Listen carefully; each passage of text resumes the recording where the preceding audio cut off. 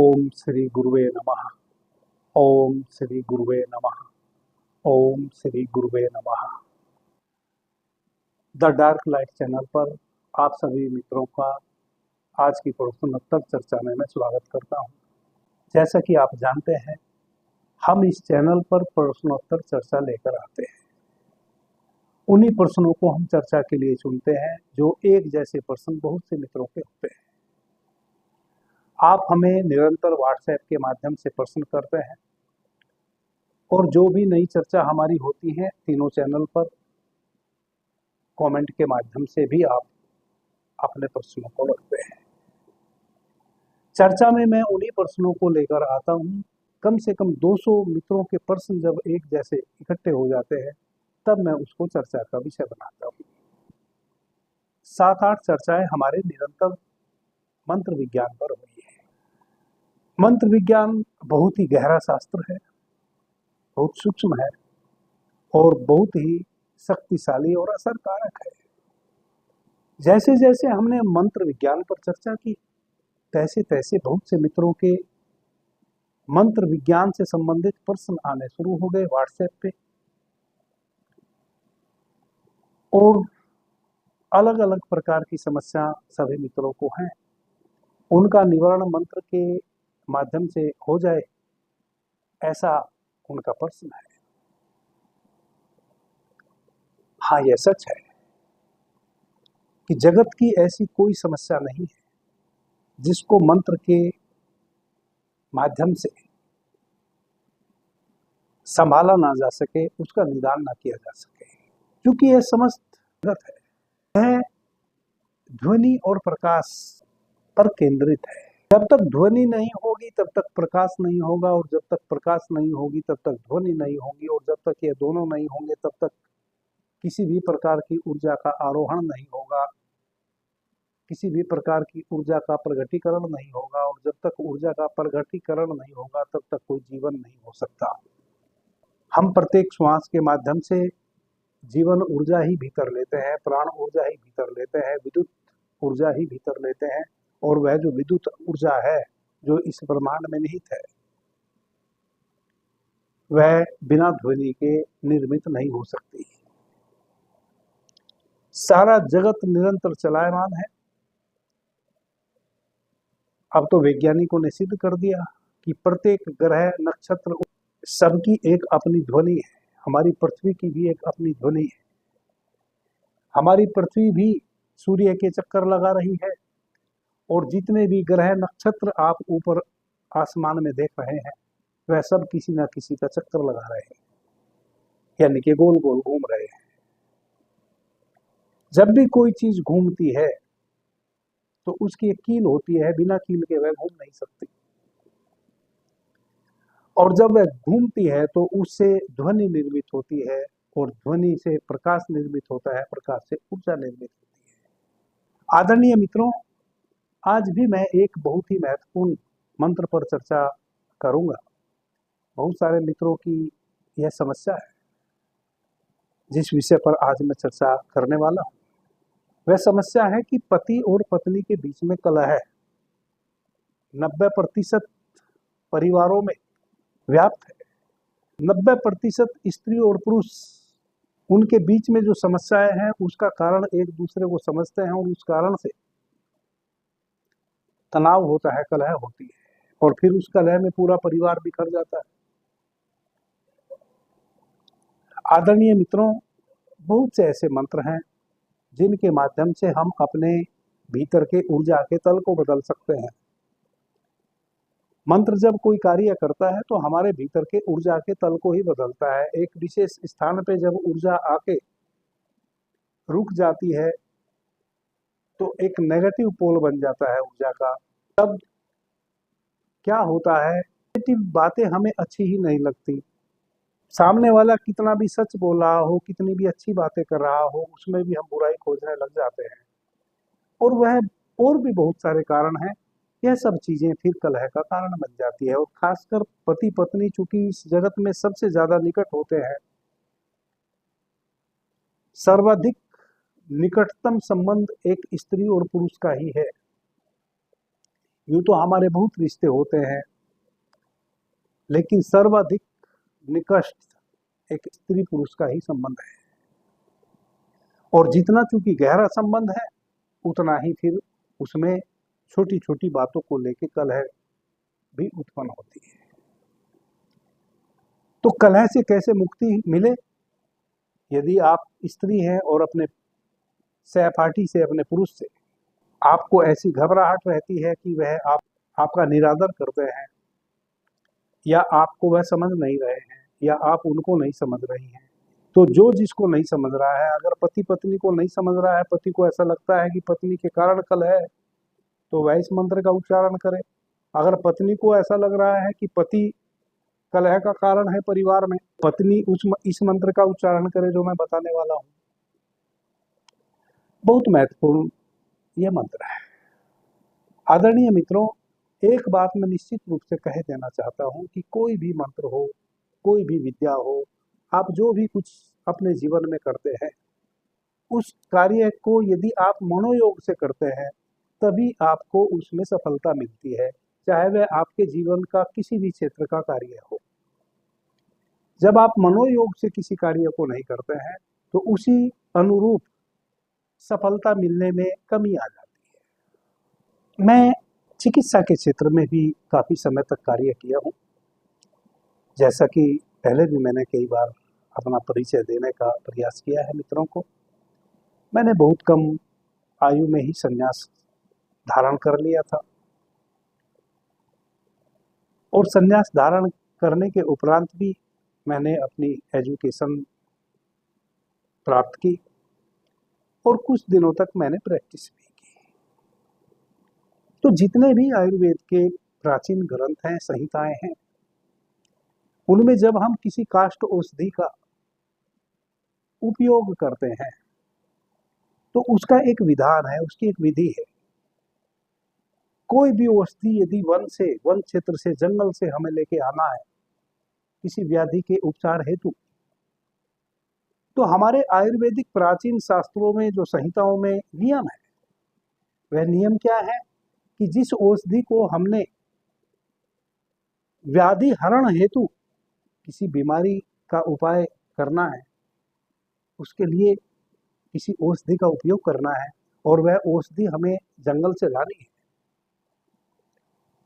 तो एक दिन पहले हम उस औषधि को संध्या में दूध मिश्रित जल उस पौधे में, उस वृक्ष में, चाहे वह छोटा इच्छुक हो या बहुत बड़ा वृक्ष हो,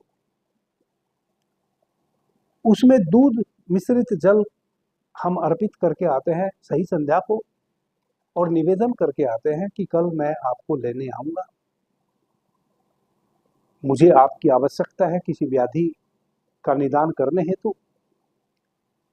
मेरा आपसे निवेदन है कि आप अपनी पूरी ऊर्जा के साथ जब मैं आपको लेने आऊं मेरे साथ चले, ताकि मैं उस व्याधि का निदान कर पाऊं जिस व्याधि हेतु आपकी मुझे आवश्यकता है। यह विधान था, और कई ग्रंथों में तो उसके मंत्र भी हैं।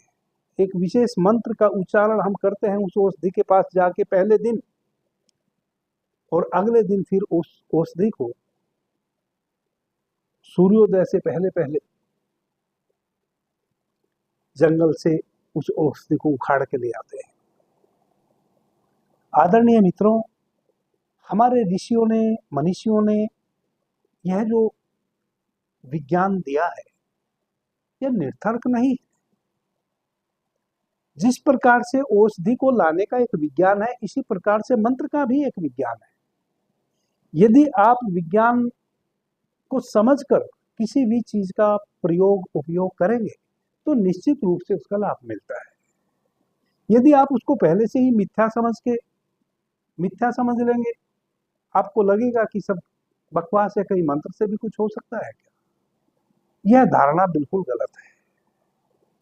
निश्चित रूप से एक मंत्र के माध्यम से, मैंने पिछली चर्चा में भी कहा था कि भगवान वाल्मीकि एक मरा मरा मरा मरा मंत्र जपते हैं, क्योंकि राम राम कहना भूल गए, तो राम का उल्टा मरा मरा मरा मरा जपते रहे, और भगवान राम को उपलब्ध हो गए, इनलाइटेड हो गए, संबुद्ध हो गए, ज्ञान को उपलब्ध हो गए, उनके दिव्य चक्षु खुल गए। वीर विक्रमादित्य के विषय में कहा जाता है कि वह एक विशेष मंत्र का उच्चारण करते थे तो बुझा हुआ दीपक भी जल जाता था। उसको समय के जो ग्रंथ है उन ग्रंथों में उद्धृत है कि वह एक दीपक राग गाया करते थे। राग यानी कि एक मंत्र का उच्चारण किया करते थे एक लयबद्धता में, और बुझा हुआ दीपक जल जाता था। वह विद्या खोई नहीं है, बस इतना है कि किसी में भी अब वह सामर्थ्य नहीं रही, पैसेंस नहीं है कि हम उतना स्वाध्याय करें, उतनी गहन साधना करें कि किसी मंत्र को इस प्रकार से साध लें। मैं जब आपको कोई मंत्र बता रहा हूं तो मैं भी उतना स्वाध्याय नहीं किया हूं, मैंने भी किसी मंत्र को उतनी गहराई से नहीं साधा है। शास्त्रों में वर्णित है, उनकी उपादेयता है, मंत्र का विज्ञान चूंकि सूक्ष्मता से जान गया हूं। जब आप ध्यान करते हैं तो मैंने पीछे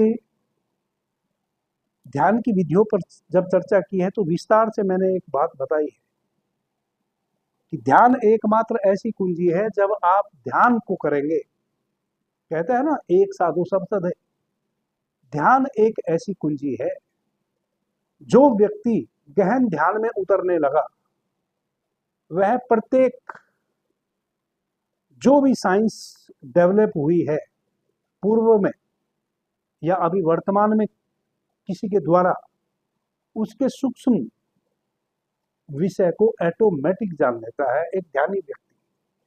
इसलिए मैं बार बार कहता हूं, इस बात पे मेरा सर्वाधिक जोर है कि यदि आपने अपने जीवन की सभी समस्याओं को किसी एक मंत्र से खत्म करना है तो वह है ध्यान, और पार्ट बाई पार्ट समस्याओं को खत्म करना है तो उसके फिर बहुतेरे विधि और विधान है। उसके लिए मंत्र विज्ञान है, उसके लिए नाना प्रकार की साधना है, उसके लिए स्वर विज्ञान है।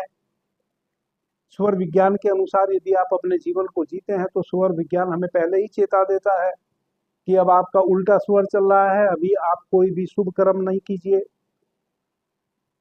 अब आपका सही स्वर चल रहा है, अब आप कोई शुभ कार्य कर सकते हैं। ये सब विद्या है। अब जो मंत्र का उच्चारण करके औषधियां पूर्व के समय में वैद्य लोग लाया करते थे, उसका आपको पता है एक विशेष मंत्र के उच्चारण करने मात्र से उस औषधि में क्या बदल जाता था? उस औषधि की गुणवत्ता बदल जाती थी। जैसे यूं आप कोई औषधि उखाड़ के ले आए, जंगल जाए सीधे उखाड़ के ले आए, वह 3 महीने भी प्रभावशाली नहीं रहेगी।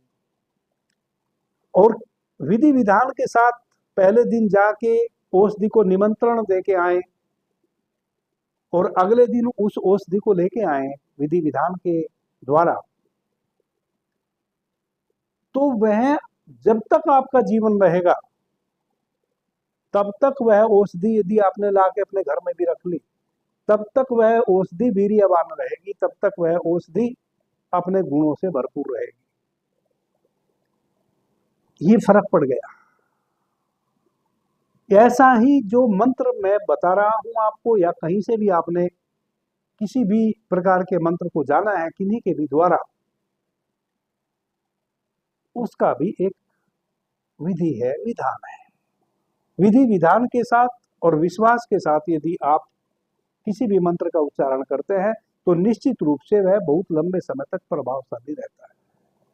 आदरणीय मित्रों, ऐसी बहुत सारी जड़ी बूटियां हैं जिनको आप अलग अलग व्याधि में, चाहे वह व्याधि मानसिक हो या शारीरिक हो, केवल अपने शरीर में किसी अंग पे बांध भी लेते हैं,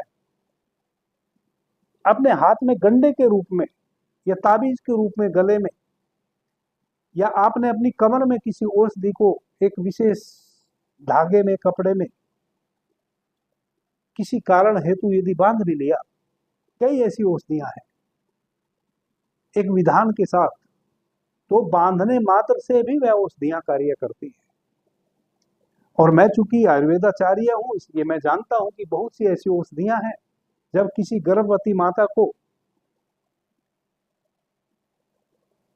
प्रसव पीड़ा हो रही हो और बहुत ज्यादा प्रसव पीड़ा हो रही हो और गर्भस्थ शिशु बाहर न आ रहा हो,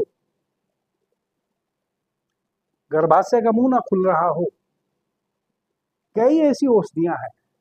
उस समय में आप एक औषधि को लाके उस माता की कमर पे बांध देते हैं या उसकी नाभि पे खाली रख देते हैं, तो बिना किसी पीड़ा के प्रसव की क्रिया संपन्न हो जाती है, गर्भाशय का मुंह खुल जाता है और बिना दर्द पीड़ा के वह माता एक शिशु को जन्म दे पाती है। ऐसी बहुत औषधियां हैं। हमारा एक चैनल है द योगा सिटी, उस पर मैं इस प्रकार की औषधियों की चर्चा धीरे धीरे कर रहा हूँ।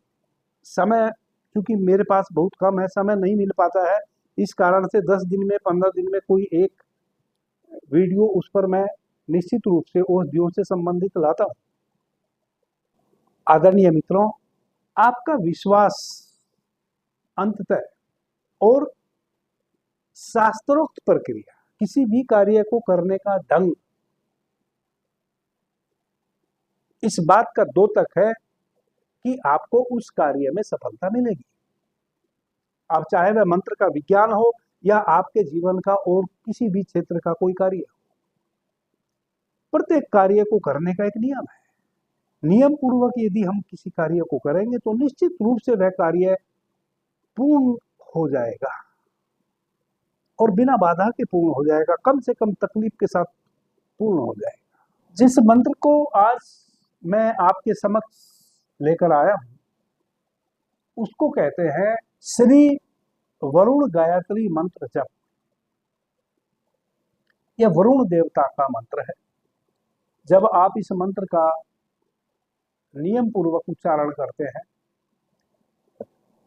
यदि पति पत्नी से परेशान है तो पति, और पत्नी पति से परेशान है तो पत्नी, विधि विधान पूर्वक यदि इस मंत्र का उच्चारण करेंगे तो निश्चित रूप से यह मंत्र लाभ देने वाला है।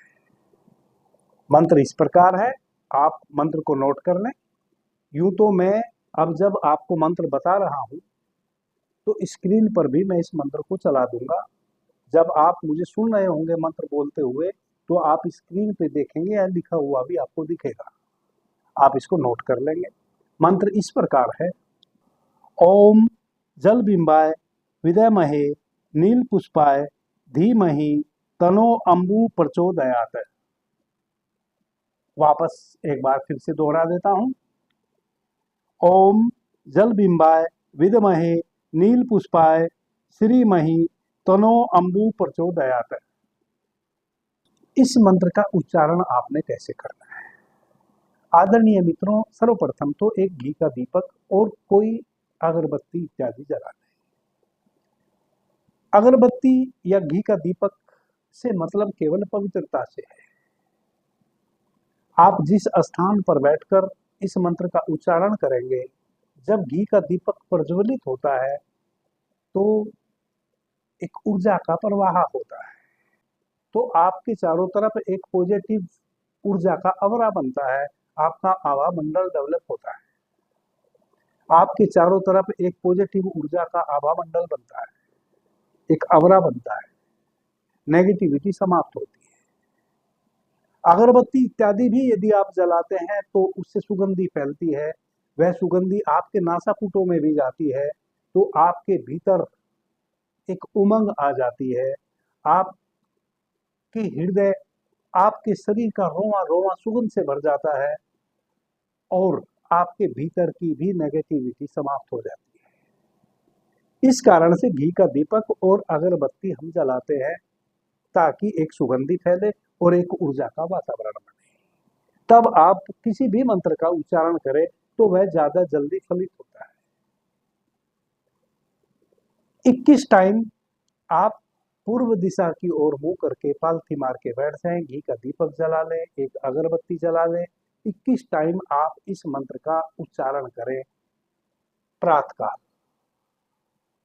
संध्या में 11 टाइम, फिर जब सूर्यास्त हो रहा हो, यदि आपके पास समय है तो सूर्यास्त के समय, सही जब सूर्यास्त हो रहा हो, सूर्य डूबने को हो, केवल लालिमा थोड़ी सी सूर्य में बची हो, वैसा समय बहुत महत्वपूर्ण होता है। यह वह समय है जिसको हमारे ऋषियों ने, मनीषियों ने संध्या काल कहा है, जब ना तो दिवस है और ना रात्रि है। अभी रात्रि का आगमन हुआ नहीं और दिवस समाप्ति की ओर है, सूर्य डूबने को है, केवल लालिमा बची है। वैसे समय पे फिर आप एक छोटा सा दीपक जला ले और 11 बार इस मंत्र का उच्चारण फिर कर लें। आदरणीय मित्रों, जब आप इस मंत्र का उच्चारण कर ले, मन ही मन उच्चारण करना है, किसी को सुनाना नहीं है। उसके बाद आप वरुण देवता से प्रार्थना करें कि मेरे परिवार की कलह को, हे वरुण देवता, आपको साक्षी मानकर मैंने इस मंत्र का उच्चारण किया है, आपके इस मंत्र का उच्चारण किया है, आपका आह्वान किया है। आपसे मेरा निवेदन है कि आप मेरे इस आह्वान को, जो मंत्र के माध्यम से मैंने किया है, स्वीकार करें और मेरे घर की कलह को दूर करें। मेरे घर में, मेरे परिवार में, मेरे पति में, मेरी पत्नी के बीच में शांति स्थापित करें। इस भाव से, जो मैं बता रहा हूं, इसी भाव से यदि आप इस मंत्र का सही प्रकार से उच्चारण करते हैं, आप आश्चर्यचकित होंगे। 20-25 दिन में आमूल चूल परिवर्तन होना शुरू हो जाए। आप देखेंगे कि जिन छोटी छोटी चीजों पे आपके घर में तनाव हुआ करता था, अब वह छोटी छोटी चीजें तो अभी भी घट रही हैं, लेकिन तनाव नहीं हो रहा है। यदि पत्नी बिफर जाती थी तो पत्नी उसको नजरअंदाज करने लगी है, उस छोटी सी बात को। पति अगर बिफर जाता था तो पति उसको नजरअंदाज करने लगा है। आप देखेंगे कि ऑटोमेटिक आपको भीतर से ऐसा लगने लगेगा कि अरे छोटी सी तो बात है, इसके लिए क्या कुछ करना। धीरे धीरे छोटी छोटी बातों पे जो तनाव हो जाता था, फिर बड़ी बड़ी चीजों पे जो आपको तनाव हो जाता था, उनसे भी आपका छुटकारा होने लगेगा। आपके परिवार में प्रेम पनपेगा। तनाव के कारण ही तो प्रेम नहीं पनपता। और पति और पत्नी किसी भी परिवार की रीढ़ होती है। पति पत्नी के माध्यम से ही परिवार चलता है। एक पति पत्नी के ऊपर बड़ी जिम्मेवारी होती है, उनके द्वारा जो संतति आई है उनके प्रति, और उनको जिन्होंने लाया है, जो अब बूढ़े हो गए हैं, उनके प्रति। और यदि पति पत्नी का आपस में ही कलह रहेगी तो जो पति पत्नी के माध्यम से अभी नवजात शिशु आए हैं, हम उनको भी कोई दिशा ना दे पाएंगे। और जिनके द्वारा हम आए थे, जो अब वृद्ध हो गए हैं, जिनको हमारी सेवा की आवश्यकता है, ना हम उनकी ही सेवा कर पाएंगे, ना हम उनका ही आशीष ले पाएंगे। कलह नहीं होनी चाहिए। एक पति पत्नी के बीच में प्रेम का उमगना बहुत अनिवार्य है, भविष्य के लिए अनिवार्य है, अपने भविष्य के लिए अनिवार्य है, आपके द्वारा जो संतति आई है उनके लिए अनिवार्य है। और जिन के द्वारा आप आए हैं इस पृथ्वी पर, अब जो है बुजुर्ग हैं आपके घर में बैठे हुए, उनको आपकी सेवा की आवश्यकता है। उनके आशीष से ही आपके घर में आनंद आएगा। यदि वह दुखी रहेंगे, आप कलह में रहेंगे, तो वह भी उस कलह का कोप भाजन बन जाएंगे और उनका भी जीवन नरक हो जाएगा। आपके जीवन में फिर कभी भी आप सुख नहीं उपजा पाएंगे। अभी के लिए इतना ही। आपने मुझे ध्यान से, प्रेम से सुना, उससे मैं बहुत अनुग्रहित हूँ। सभी मित्रों को मेरा प्रणाम, धन्यवाद। जय श्री राम।